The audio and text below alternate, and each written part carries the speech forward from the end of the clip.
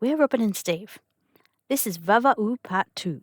We're going to continue squiggling our way around the Vava'u map. We'll start with the cat. A while ago now, I tried to book into a tapas bar and it was closed. But I met this cat, so I called him Tapas.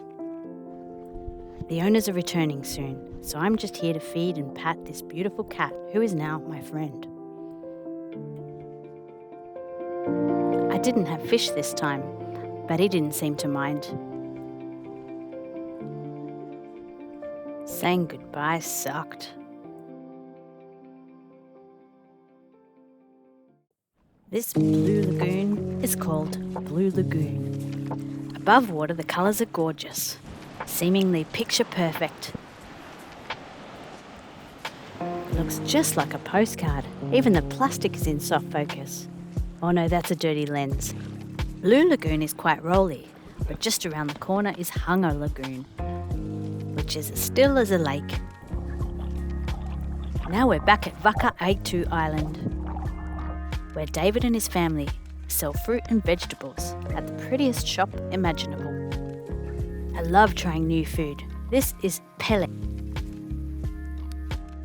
And I also made cassava chips, cooked with chili, garlic and oil. We did find some pretty coral here, but also this, swarms of sea urchins. If the balance is right, urchins can protect reefs from being overrun with algae. But now, all over the world, the balance is out of whack, leaving barren seabeds. But we did find some patches of healthy coral in the lagoon.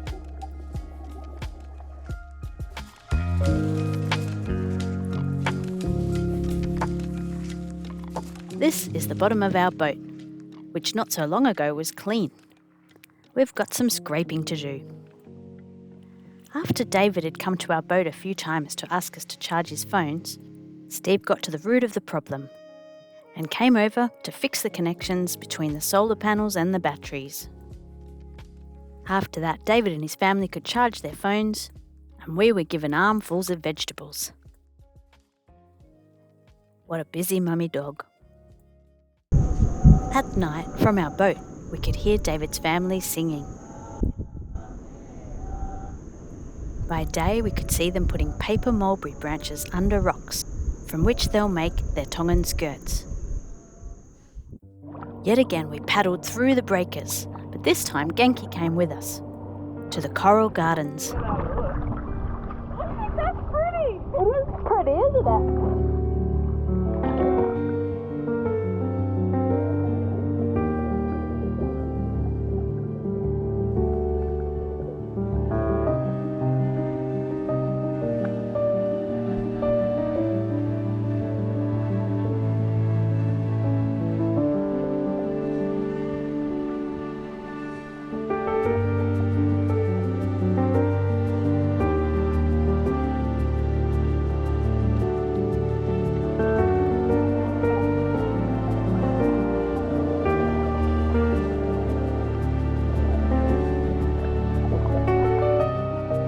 Getting back through the breakers was hairy, but we made it.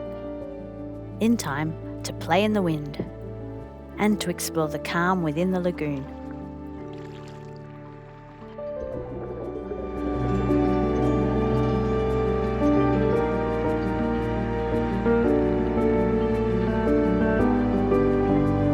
On a calm, sunny morning, I oiled the decks, a job that I find most rewarding. Then we moved on. Next stop, Vava'u Island.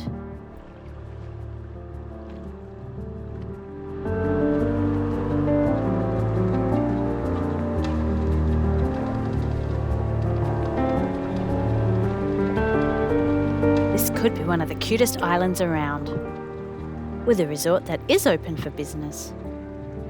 It doesn't take long to walk around the island.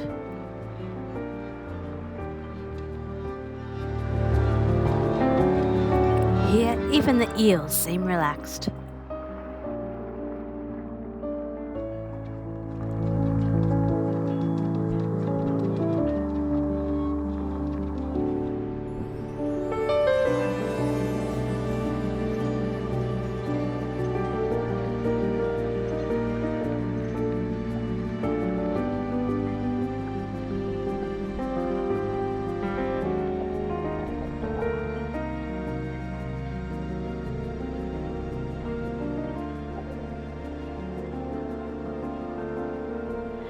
We moved on from Moana Island, only to be interrupted by whales.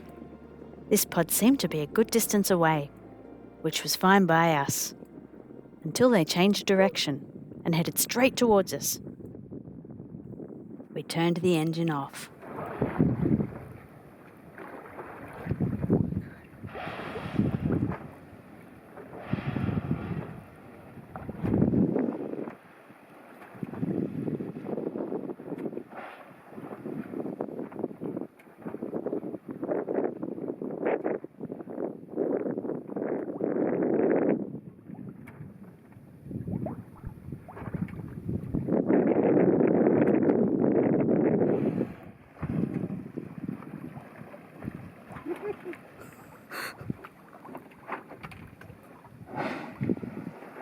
There's not much you can do when whales are coming straight towards you.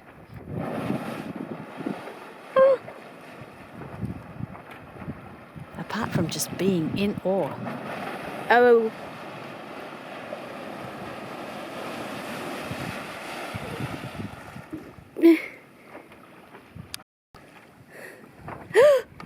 It is. It is. Yeah, I said it's going under the boat. Yeah, so they swam under our boat. That was unexpected. You're going to come up and go. Just here, look. Yeah. And soon they continued on their way. Once they were a safe distance away, we could turn our engine on and carry on to Luahaipo Island.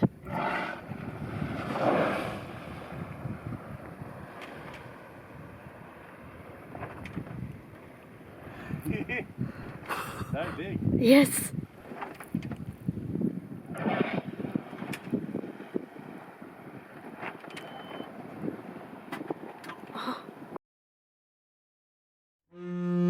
At Luahaipo Island, we caught up with our friends from Amalie, just before they took off themselves. This island is very popular with the birds.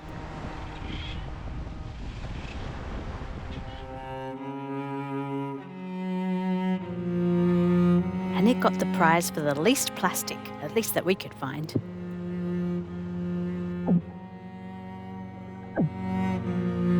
My bubble rings have improved, a little bit. The coral is so gorgeous here that we will be back.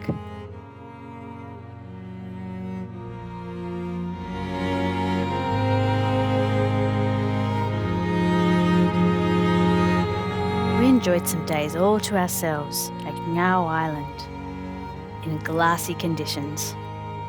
Perfectly peaceful, unless you're these small fish getting eaten by a shark.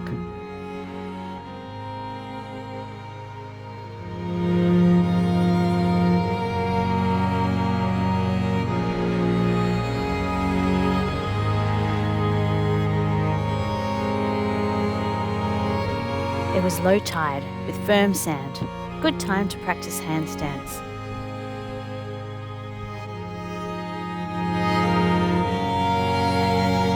Between handstands, I could see a shark circling in the shallows, surrounded by a gang of smaller fish. This time the relationship seemed amicable.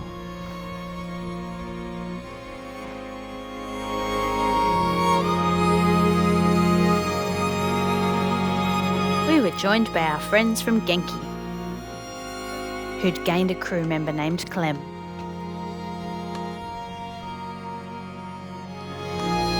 As always, Sarah and Campbell provided us all with coconut milk.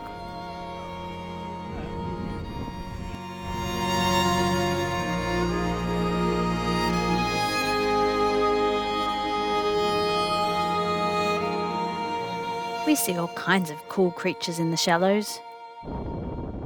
Here's one now.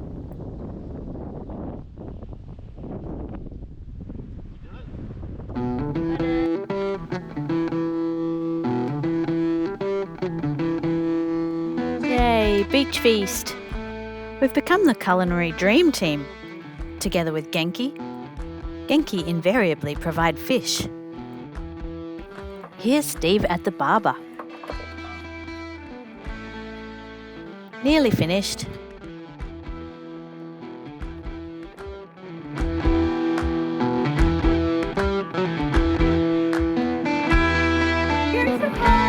big wave.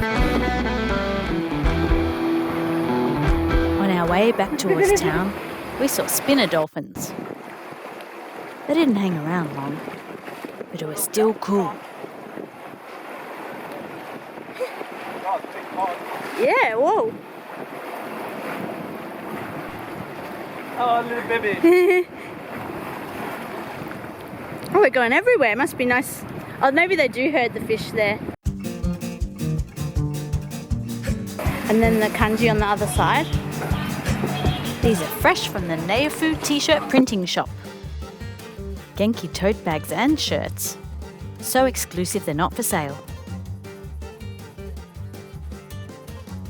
The next morning, with our friends from Genki, we climbed Mount Talau. It's not a true mountain, but we were out of shape, so it still counts.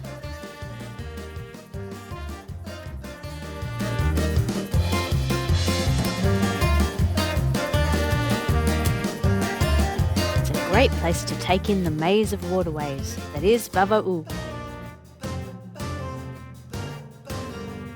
Then it's a leisurely walk through the back streets, home again.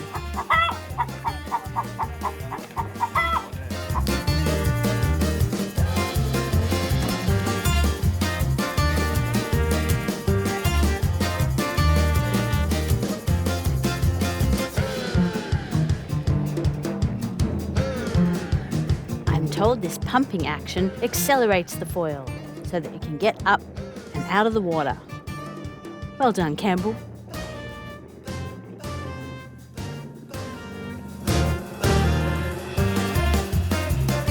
And well done, Sarah. Gosh, Genki are clever.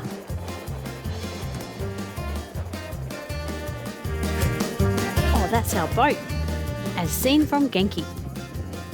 It was time to start doing the paperwork to leave Tonga.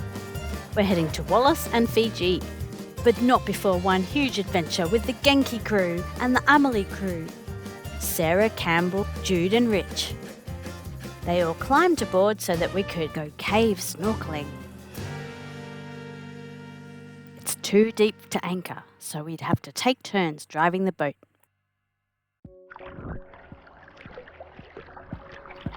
First up, Swallow's Cave.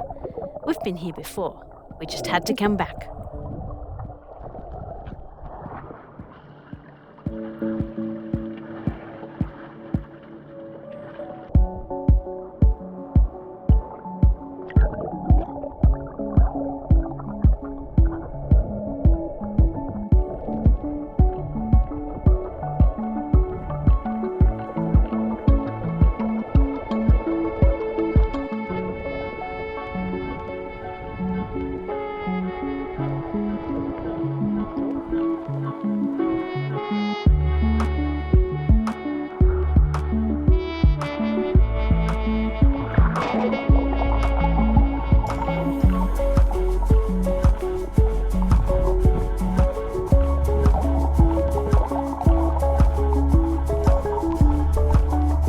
If you like the idea of cave diving from your lounge room, get ready to hold your breath.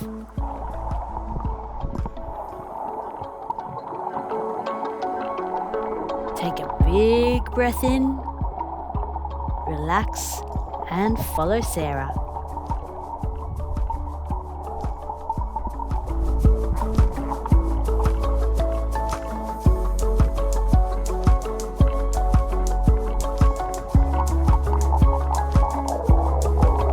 Permission to breathe.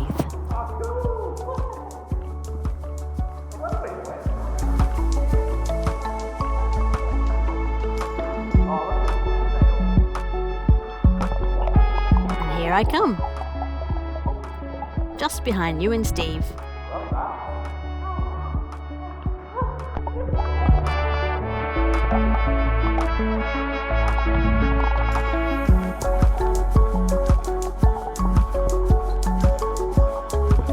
Our friend Sarah's a bit mermaidy. And that's me flapping about.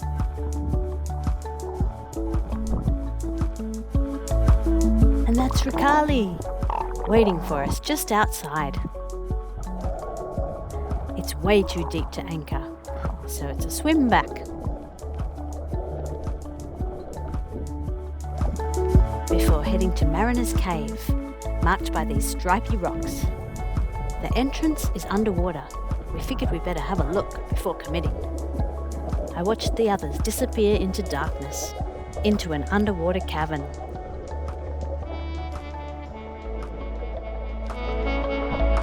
Want to see what it looks like?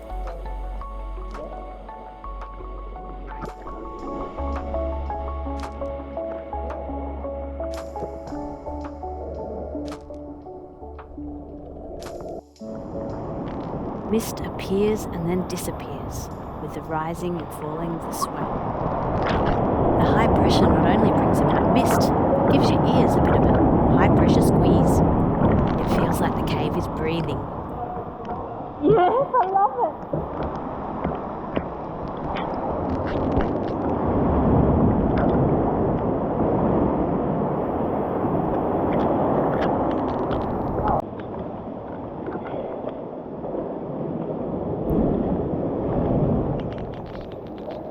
One by one, I saw friends disappear back towards the light.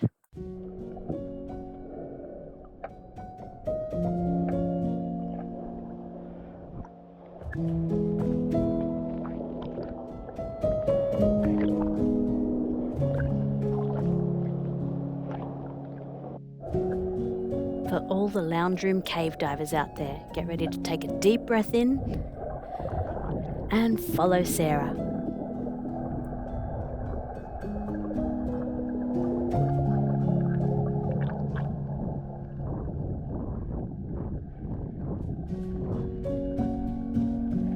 And permission to breathe. Obviously breathe whenever you like. Soon we would all go separate ways, so this was an excellent adventure to send off our cute little rally. Join us next time for more time in Vava'u before we head off to Wallis. Lounge room cave divers, if you want to, take one more big breath in and off you go.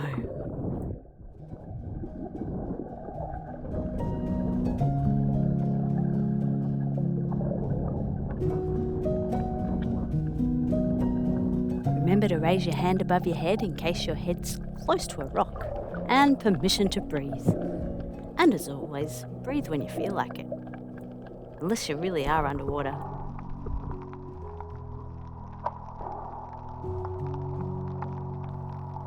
And here comes Mermaidy Sarah. And I flap out a little bit later.